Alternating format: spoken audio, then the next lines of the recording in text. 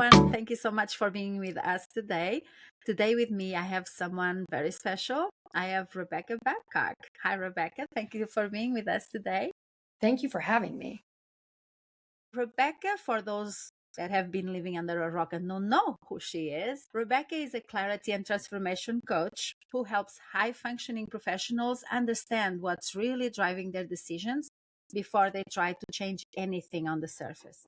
While many people come to her looking for a new job, more confidence, or a better strategy, Rebecca takes a different approach through her signature Babcock method. She guides clients through a powerful three-step process: clarity, confidence, and control. Her work begins by uncovering the deeper patterns behind frustration, whether in career, relationships, health, or identity. From there, she helps her clients rebuild self trust and create practical, sustainable change that actually fits their lives. Rebecca also leads an integrated team of specialized coaches offering support that goes beyond quick fixes or motivation. Her philosophy is simple but powerful. When you understand the root of what's going on, the path forward becomes clear and lasting change becomes possible. Is that about it? Couldn't say it better myself. Truly, listening to you say, I'm like, yeah, that's it. Yeah. Perfect. I get you. Yeah, exactly. Well, that is awesome. And I'm always really impressed with people that come on my podcast. And I'm really impressed with you. But I really want to know, who are you? Who is Rebecca? Great question. And I think there's different types of coaches or leaders, or my story is that I created this concept because I was my own case study. I did everything right.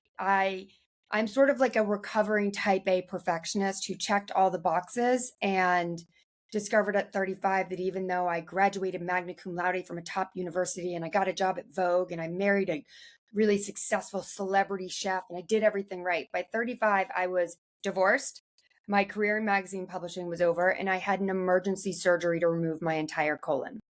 And I went on to have 5 surgeries in about 2.5 years to rebuild my digestive tract. And I done everything right. Like, I checked the boxes, I showed up, I did it, and my life was not good, right? And so part of me creating this program and this method is because I found myself exactly there. It wasn't that I hadn't tried. It wasn't that I was lazy. It wasn't that I wasn't the first in and the last out and always the one to raise my hand. I'll take the project. I'll do the thing. I'll help out. I'm your best friend and I'm your wife and I'm your sister and I'm your all these things. And it didn't work out. And it felt deeply unfair. Right. So my journey is one in which I quit drinking. My career ended. My marriage ended. My health was in the dumpster. And I went out looking for somebody to help me. And they could help me in one area. We can help you with your job and we can help you with your health and we can help you with your divorce. But I was like, I have a feeling that they're all probably interconnected. And it was like, that's not out there. So I think the most important thing to say about me is that I don't sit on top of a mountain being like, I have it all figured out. Like, I went through this, I experienced it and created something. And for some people, they hear this and they're like, oh, I don't care. I just need a new job. I just want to make more money. I want a promotion. I'm not for you. I am for the people that are like, I feel stuck. I feel lost. I feel meh, but I can't blow it all up. I can't start all over. I can't put all my things in storage and go live in a van. What do I do? And secretly underneath that, like, this is a little unfair. It's not that I didn't try. It's that I did and it didn't work out. Oh, I would love for your listeners and for people just to know, like, I didn't read about this and then create a method. I lived it and I experienced it. And then I have done my best to try to help people who feel the same way. That's awesome.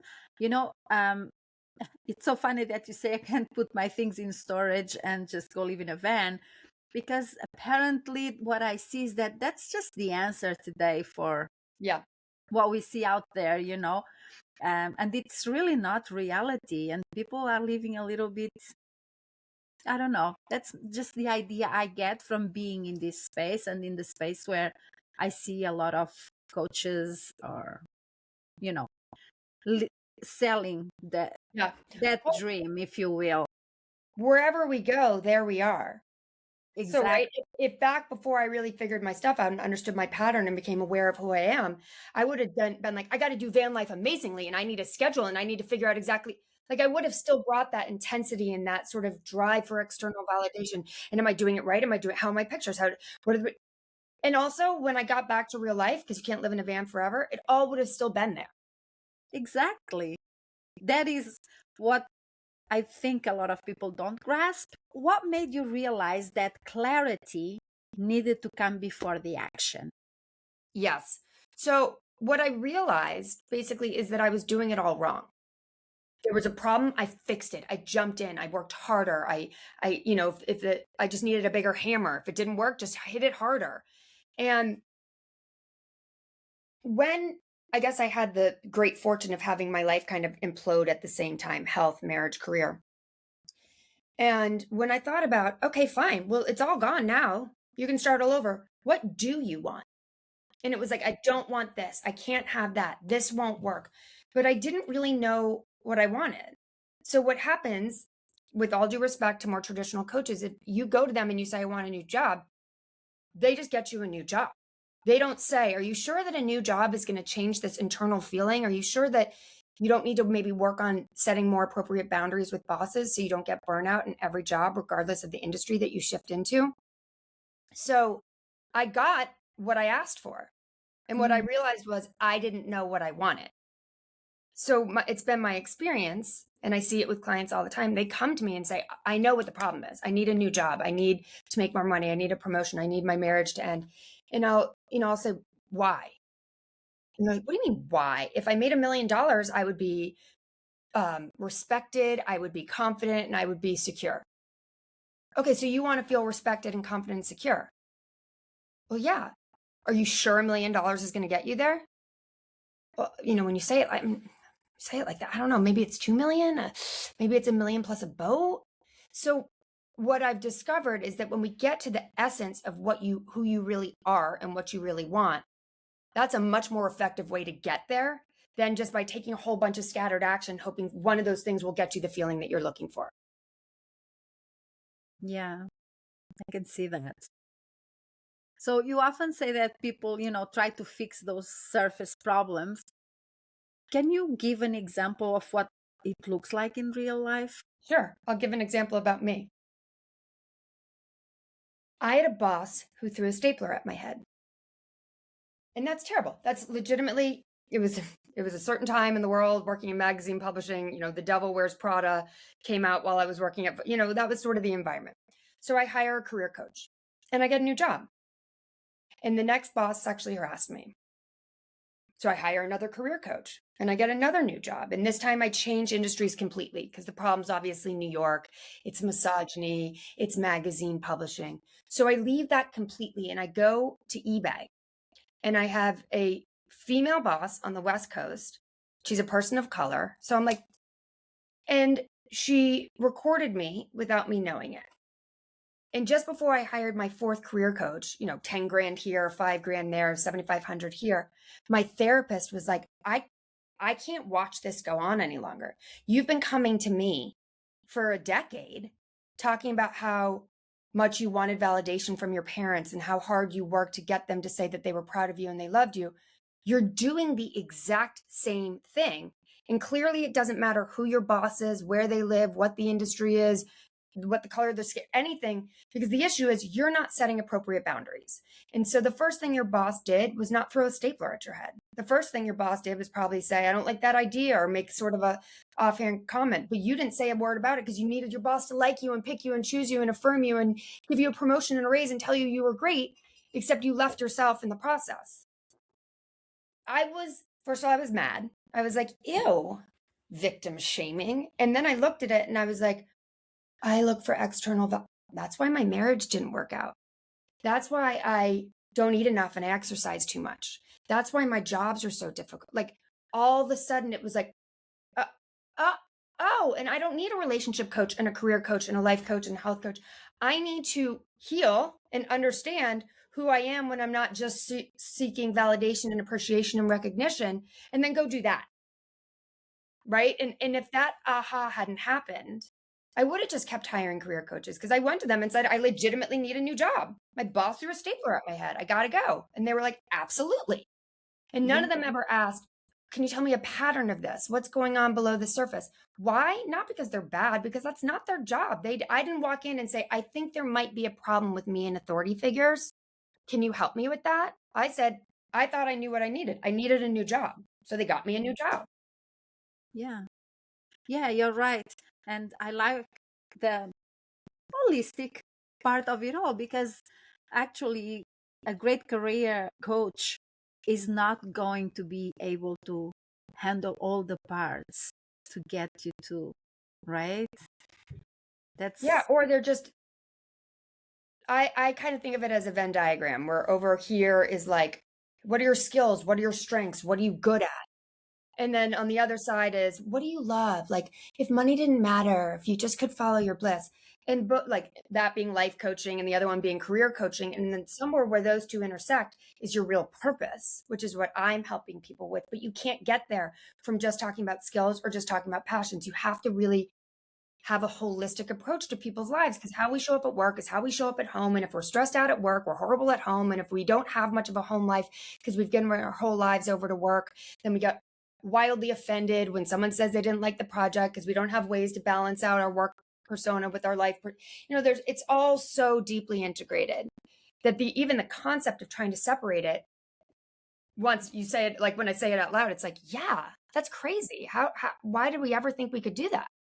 exactly. I tried for a few years, and I was just driving me crazy until I decided that, well, this is what's going to happen from now on. And Right. it's the same thing when people talk to me about balance. Mm-hmm. I'm like, balance is like overrated. It's not really how we see it written that it works. That's really not how balance works. Right. And I But often say to people, what are we balancing? there you go. And they'll be like, no, no, no. Once I work less, then Mm, I'll have hobbies and then I'll want to balance. Okay, that's not how that works. If you're so it's passionate about something, you will say, I need to leave work by 6 p.m. because I'm going rock climbing, or I've got horseback riding, or I've got to plant in my garden. Like, it doesn't work. You don't all of a sudden find out what you're passionate about because you have free time. It's not how it works. exactly. So, why do you think so many of us rush into action before we're truly clear on what we want? Well, we live in a world where instant gratification is heavily supported and encouraged. And this is also for a specific type of person. People like me that are like tend to take on more than to ask for help. We tend to be like, I'll fix it. Let me jump in. I'll be the one. It's not working. I'll give it to me. I'll get it done. So the idea of sitting, if you've made it and you're a director or you're a senior manager or you're maybe even higher, maybe you're a partner, and someone tells you you need to slow down and become aware of who you are. No, I got to keep moving forward. I got to keep going. I got to, there's a clock here. It's ticking. If I slow down for a second, I'm competing and they're going to get past me. And so the idea of slowing down, one, it seems scary. And two, there is an inevitable moment if you ask someone to slow down and say, but what do you really want? That the answer almost always is, I don't know. I don't know. I know I'm lost. I know I'm stuck. I know I'm burnt out. I know I'm overwhelmed. I know I don't feel great joy. I don't have passions or hobbies outside of work. I just feel like I'm running from thing to thing to thing. But honestly, I haven't thought about who I am and what I want ever.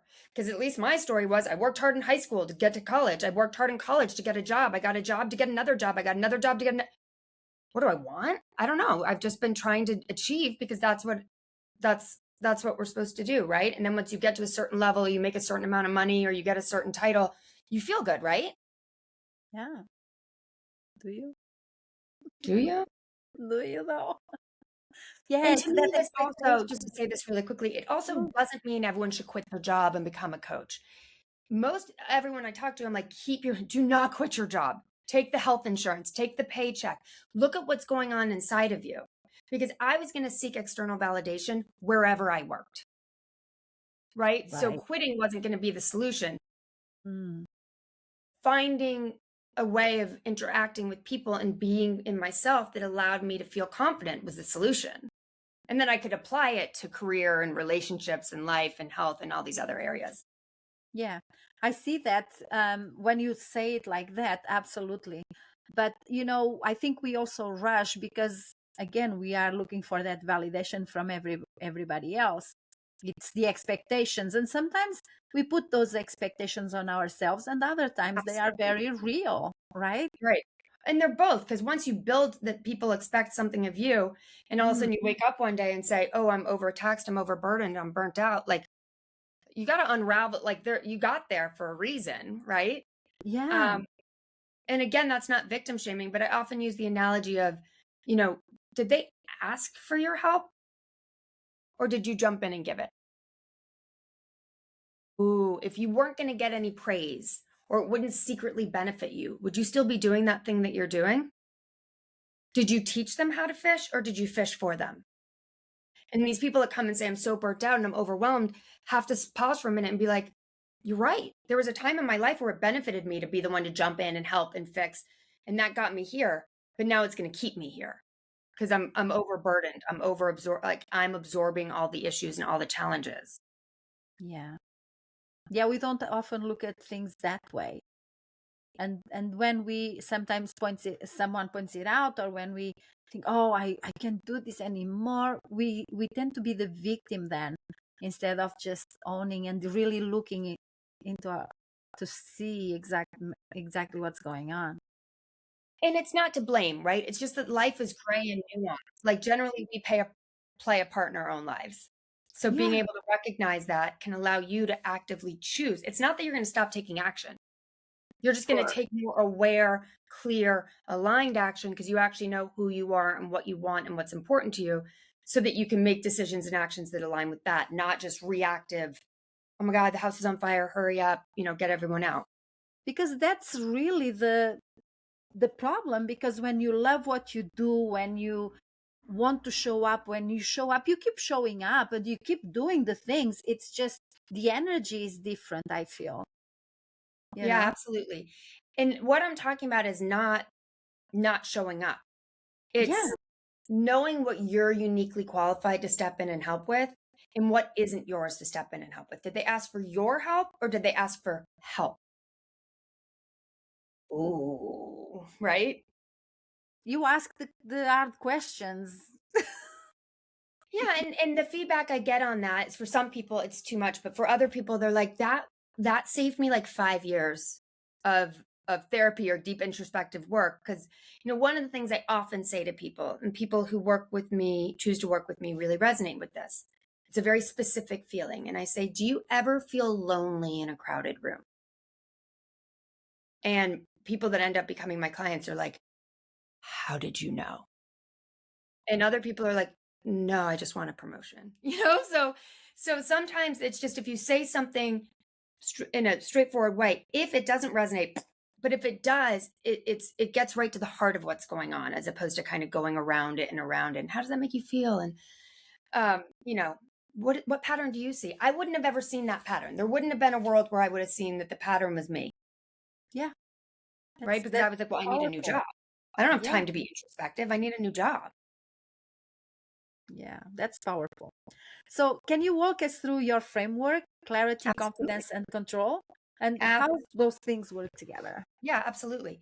So, like I said before, what I believe we're all doing wrong is that we're jumping into action, right? So, if we Yeah. start by becoming clear, who am I? What do I want? Not what I don't want, not what I'm running away from, but at my core, who am I and what do I want? There's a very specific way I do that with people. I don't expect them to be able to figure it out on their own. What are your actual values? What are you doing a lot of that you don't even care about? And what are the things you're not doing much of that actually matter to you? And that point, we set the goal. And the goal is not get a new job or make more money. It's my core goal in my life is to be connected, serene, loved. And so the decisions that I make down to what I eat for lunch and how I respond to that email, they're not just about getting a new client because that's going to generate more revenue. So it's bigger than that so that I can constantly be in my growth journey. So that's sort of the clarity part. Once we have clarity, a lot more unlocks itself. Once we're aware and we have clarity, the next thing we need to do is start taking action, right? Just because I became clear that I wanted to become a coach didn't mean I quit my corporate job and walked away from health insurance. I have a chronic illness, right? I had to look at the things that were holding me back, the voices inside my head, the fear of rejection, the what if I'm not good enough, the what are people going to say if I had a corporate job and now I'm a coach? And, does it look like a cop out and blah, blah, blah, blah, blah, but what if I can't afford to live in the way that all that stuff. That wasn't clarity about what I wanted. That was confidence to actually move forward and do the stuff and walk through the fear and have the mastery mindset and all of those things that we talk about. So that's where we're going to get into. Unlike therapy, it's not about let's go back to your childhood and heal it. It's just simply like, here's what happened to me when I was a kid. It created this construct for me. If I continue to live in that construct, I will not ever leave corporate America and become a coach because of X, Y, and Z. So understanding and then reassigning that energy and saying, but I want, instead of using the energy to keep me from being rejected, I want to use the energy to create and help and serve. Confidence. And then the last part is control is basically what traditional coaching is. It's the tactics, it's the steps, it's the what does your resume look like? How are your interview skills? What is your self-care? Are you meditating? What are you eating? How are you exercising? What's your sleep look like? And a lot of times that's what coaching is, right? They give you the tips and the tools and the tricks and the things, the tactical things that you need. But if you're applying the same overworked, overstressed to these new sets of tools and tips and tricks, chances are it might work for a little while, but it's going to end up the same way. So clarity first, then the confidence to actually do it, and then the control, meaning the tactical things you need to get there. And that's where the other coaches come in, right? So I have 9 other coaches. There's a finance coach. There's a career transition coach. There's an executive leadership coach. There's a speaking and communications coach, right? Those are all the things. Once you become clear about who you are and what you want and confident to do it, you're going to want to need a new resume. But there's also a meditation coach. There's a breathwork coach. There's a somatic healing coach, which is more about we store stress in our body and just talking about things doesn't always release it. Yeah. There's a thought coach who kind of puts this all together into a customized roadmap. So not everybody works with every coach, but I want them to be able to come in going, who am I? What do I want? And not leave being like, well, I'm clear about who I am, but I have no idea how to apply this to my day-to-day life. Yeah. That's pretty cool. And it's funny that you say that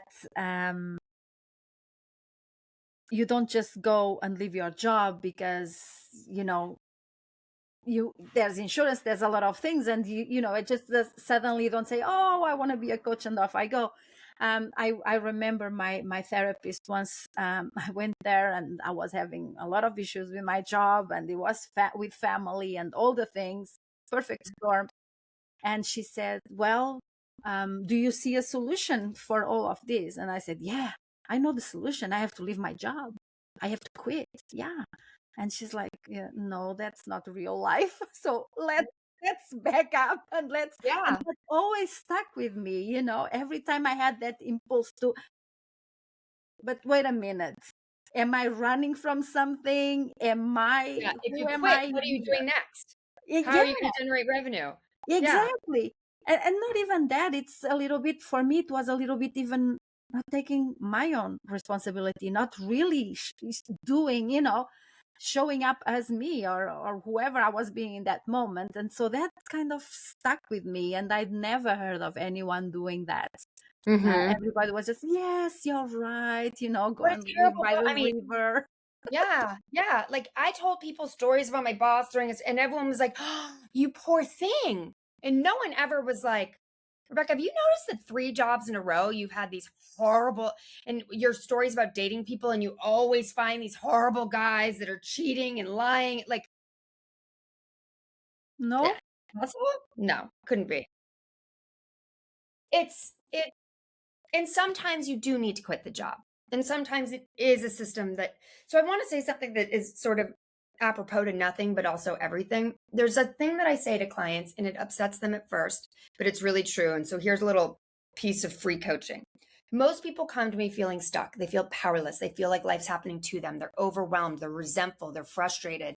They're sucking it up. They're not living in their best life. And a lot of times what they'll say is, it's all on me. It's all on me. It's all on me. And yet I avoid confrontation. I don't want to speak up. I'm afraid I'm going to get fired if I say something. So here's like a little tip for everybody listening. And I say this with so much love.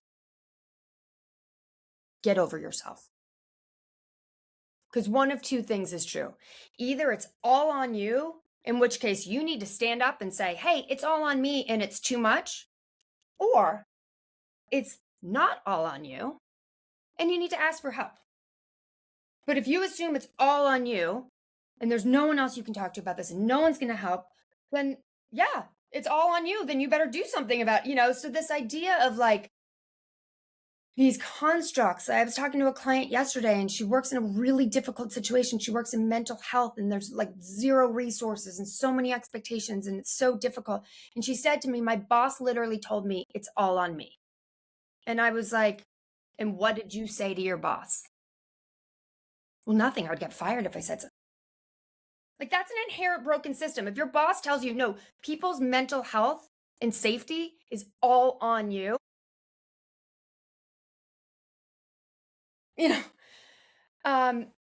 and so we need to speak up, and we need to speak up with our family, and we need to speak up with our kids, and we need to speak up with our partners and our best friends. And we can't always take on everything and not express how we feel, because what it does is it does create the situation where you're like, you know what? Mic drop, I quit. How do we get there? How do we get to the point where you're quitting? Yeah. For someone listening who feels stuck or overwhelmed right now, where would you suggest they begin with this process? My first thing to say would just to say, take a beat. It feels so, when we're uncomfortable, we want to fix things. If our hand is on a flame, we want to recoil from it. Like we don't want to stay in discomfort. And you shouldn't. But sometimes in the immediacy of wanting to fix things, we say, quit, break up, move, have a kid, get a dog. So the first thing I would suggest to anybody who's feeling this is take a beat, recognize it, like give yourself a moment to say, this isn't working and that's okay. It doesn't mean I'm a failure. It doesn't mean I'm bad. This is just whatever got me here is now keeping me here. And then you can ask yourself, well, what do I want? And if you know exactly what you want and you know exactly why, right? I want $1 million, but I know the $1 million is just $1 million, but I know for me, it means this, and this, then get going. But chances are when you pause and you say, okay, this is what I don't want, and this, but what do I want? If the answer is, I don't know, be careful, because that knee jerk of quitting the job or moving or getting married or getting divorced may not be the solution. So the very first thing is just honor your feelings. They are true. Feelings are facts, even if people say they aren't, because they're facts to you. Yeah. And while we're running from a saber-toothed tiger, we cannot brainstorm. We cannot say, maybe I should move into a tree house. So when you're running from a saber-toothed tiger, the way our brains work is we break down tissues and cells called adrenaline and cortisol to create immediate energy. And our brains cannot be creative. They cannot be intuitive. They can only keep us from dying. So when you're in a stressful situation, you cannot think with a big full picture. So taking a beat just for a second to honor that allows you to go, okay, this isn't actually a saber-toothed tiger. I feel like I'm going to die, but I'm probably not going to die. And if I don't fix this right away because I'm going to die, what else could be available to me? And that might be hiring a coach. That might be asking for help. That might be admitting to your boss you're overwhelmed. It might be telling your partner you need a beat. There's a lot of things that we can do, but it's generally not to grind harder and push forward and just fix it. Does that make sense, Sarah? Because it's kind of... Okay. No, it does make a lot of sense. Because a lot of people say to me, oh, I'm always on fight or flight, or, but at the same time, sometimes people don't really even see the difference. That's how I feel. Yeah, and there's a very real difference. So just quickly to say this, there's danger and there's discomfort.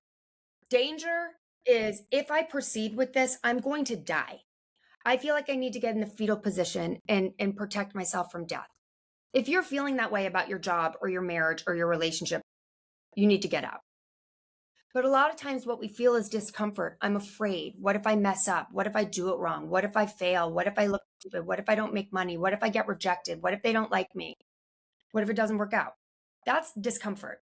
Our brains literally cannot tell the difference unless we pause and we go, okay, is this here to protect me from dying? Don't do it. Is this here because I don't want to be embarrassed or mess up or look stupid? Go for it.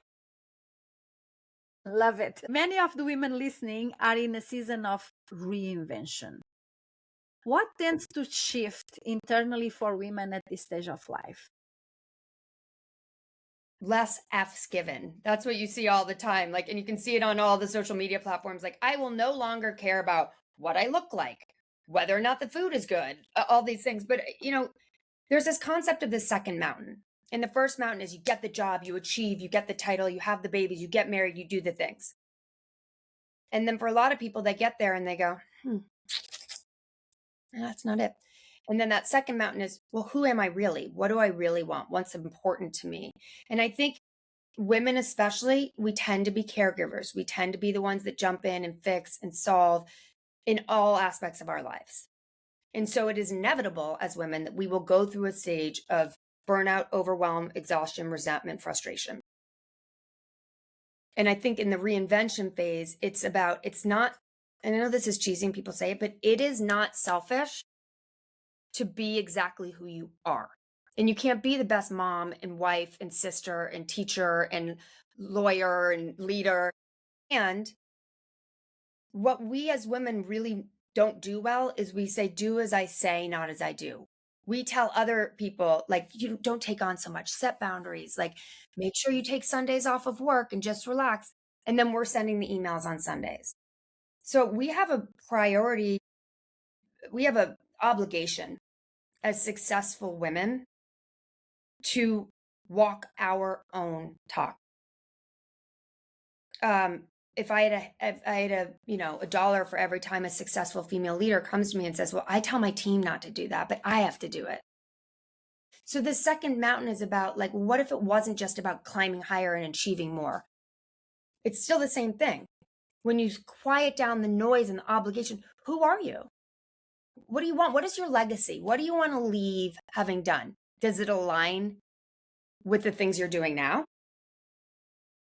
If we wait until we retire, when we retire, our knees hurt, we're tired, or I get clients who come to me, they work so hard to get to retirement early, and then they retire and they're like, I have no idea who I am.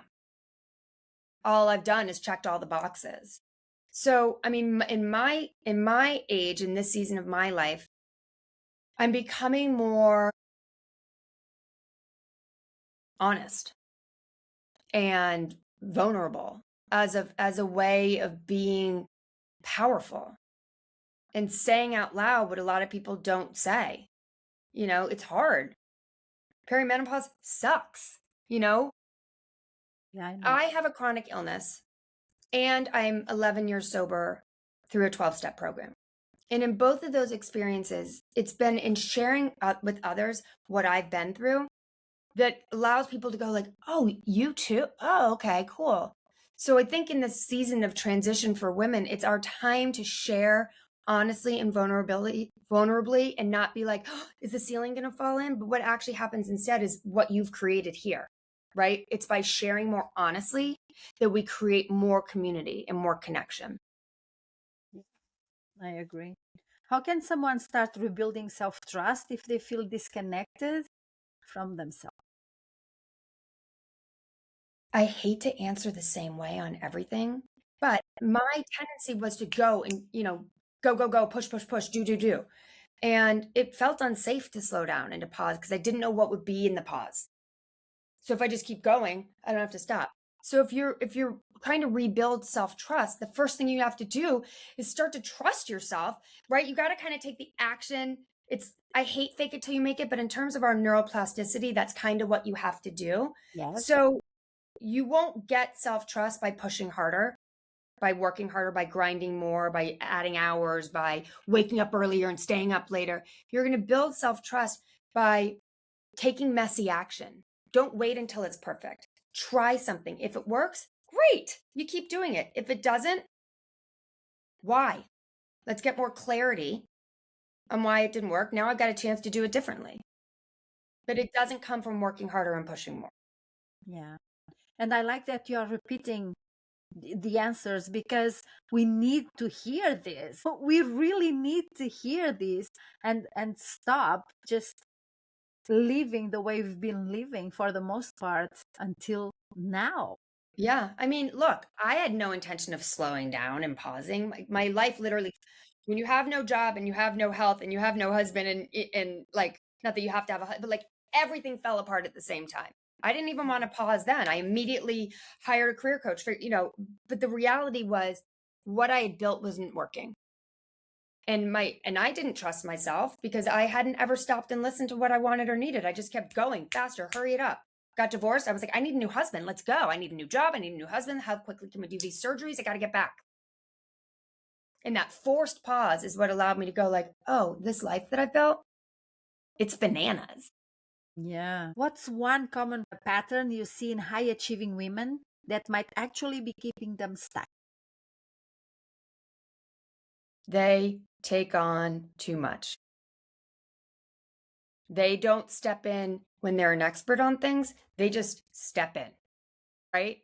Did they Yeah. ask for your help? Are you uniquely qualified to give that help? Are you doing this because you're uniquely qualified, or is it because you feel bad and someone needs help and maybe you're not the right person to help them, but you're going to jump in and help? And then one day you're like, I don't have enough time for my stuff and I can't get where I want to be and I'm overwhelmed. We were raised and taught, regardless of what country, to be helpful and Yes. to do things for other people.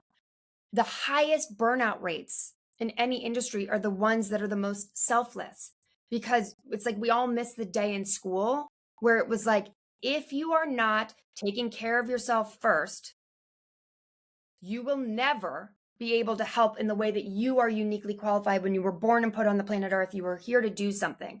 But if you're doing everything all the time, you're not going to be good at it, and B, it might not be what you're supposed to be doing.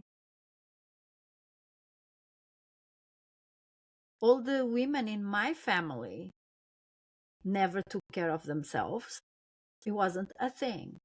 They were there to be a support to their husband. They were there to take care of family. They were there to even work sometimes because they needed the money, but do all the things. And if a woman was working outside the home, she was still expected to do everything at Go home. home and make dinner and raise the kids and help them with the Yes, homework and to send them to school. everything. Yeah, Yeah. yeah, So absolutely. so it's hard to leave these patterns behind, right? It It can be feels like a hard. loss of identity. It feels like, well, will people still love me? They're friends with me and they keep me at work because I do things for them in this very sort of transactional way. And one of the things I ask people that really gets them between the eye is, do you think you're a role model? And most of the times they'll say yes. And I'll say, okay. And this is for men too, right? Like, yeah, my kids have this great life and they get to play. What are your kids going to remember more? That they had that one extra toy, or that dad was never around? So is the model for mommies that you get raised, you have fun, you play, but once you're a mommy, you don't get to play anymore. You don't get to have fun. You don't get to have hobbies. You've got to be head down, cooking, cleaning, doing all these things so the kids can be happy. So how excited are they to grow up and become a mom or Yeah. a wife or a Or a husband or dad a father? that Yeah, it works all the basically what time. it looks like is now I don't matter anymore. You matter. So if they don't follow what you're doing, are they bad? Or they look, I don't have kids. It wasn't by my own choice. Right. So the message I heard was, well, if you don't have kids, you need to be big time in your career. You need to produce something. You need to do something. Yeah. I So hate that because people are so, the people can be a little, I was gonna say, but I say a lot judgmental in that aspect. Like, well, you can do a lot more than those of us that have a lot of kids. right, right. Right? It's expected the woman to be hard and to be on top of things. Yep. Yeah. I have a couple of rapid fire questions for you. A word that defines this season of your life. Acceptance. Nice. A book or quote that shaped you. It's from an author named Cheryl Strayed, and the quote is, "We don't have the right to the cards we believe we should have been dealt, but we have an obligation to play the hell out of the ones that we're holding." Something simple that makes you feel grounded. Pausing. Just pausing. What does self-care look like for you right now? Listening to my body. As someone with a chronic illness, I used to just push through it anyways. And like, I'm not a good coach or a good friend or a good daughter when I'm running on empty. So actually listening to my body as opposed to pushing through it.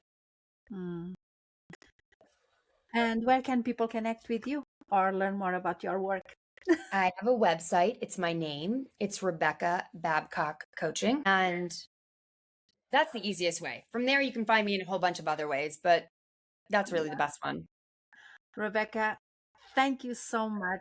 Thank you. So appreciate you. I loved everything that you said, and I really appreciate you spending this time with us today. I appreciate you and what you're doing for so many others. So keep going. Thank you. Thank you.